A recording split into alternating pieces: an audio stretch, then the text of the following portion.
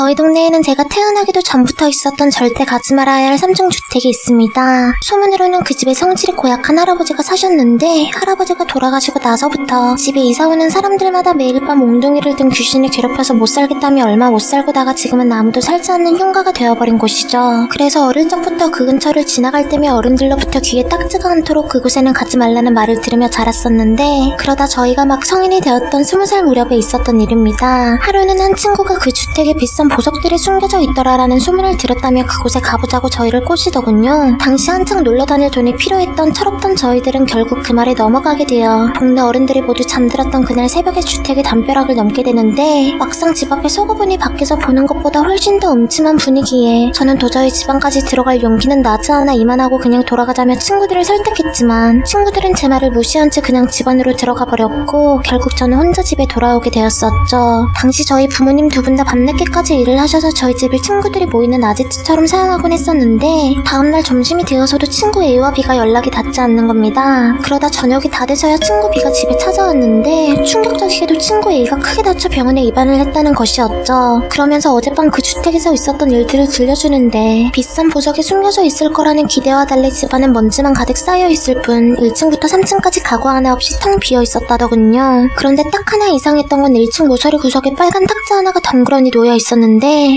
그 탁자가 어찌나 무겁던지 건장한 체구의 친구 2명이 힘을 짜내 겨우 밀어야 조금씩 밀렸다는 겁니다.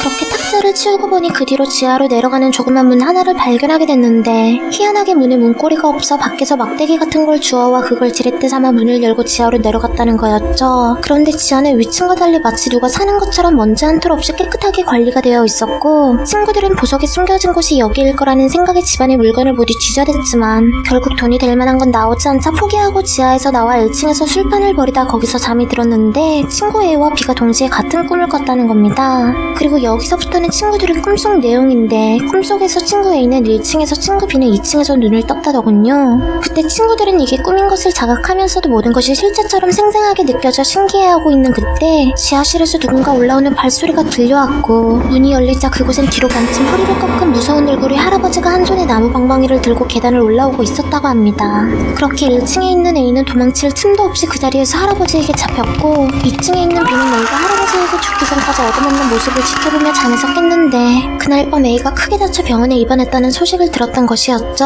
그런데 B는 꿈을 깨기 직전 할아버지가 2층에 있는 자신을 보며 다음은 내 차례라고 경고했다며 굉장히 불안했다는 겁니다. 저는 별일 없을 거라며 친구를 위로해주는 수밖에 없었지만 그날 밤 결국 친구 B도 크게 다쳐 A가 입원한 병원에 입원을 했다는 소식을 듣게 되었습니다. 그리고 다음으로 B의 입에서 나온 충격적인 말은 근데 3층에는 너가 있었어. 조심해. 분명 다음은 너 차례일 거야.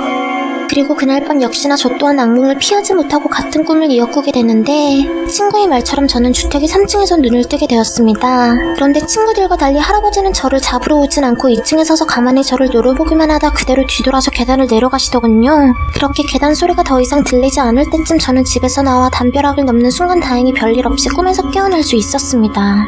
그리고 그 일이 있고 10년이 지난 지금도 저는 아무 일도 일어나지 않았으며 그 흉가는 여전히 그 장소 그대로에서 저희같이 철없는 아이들이 오기만을 기다리고 있습니다.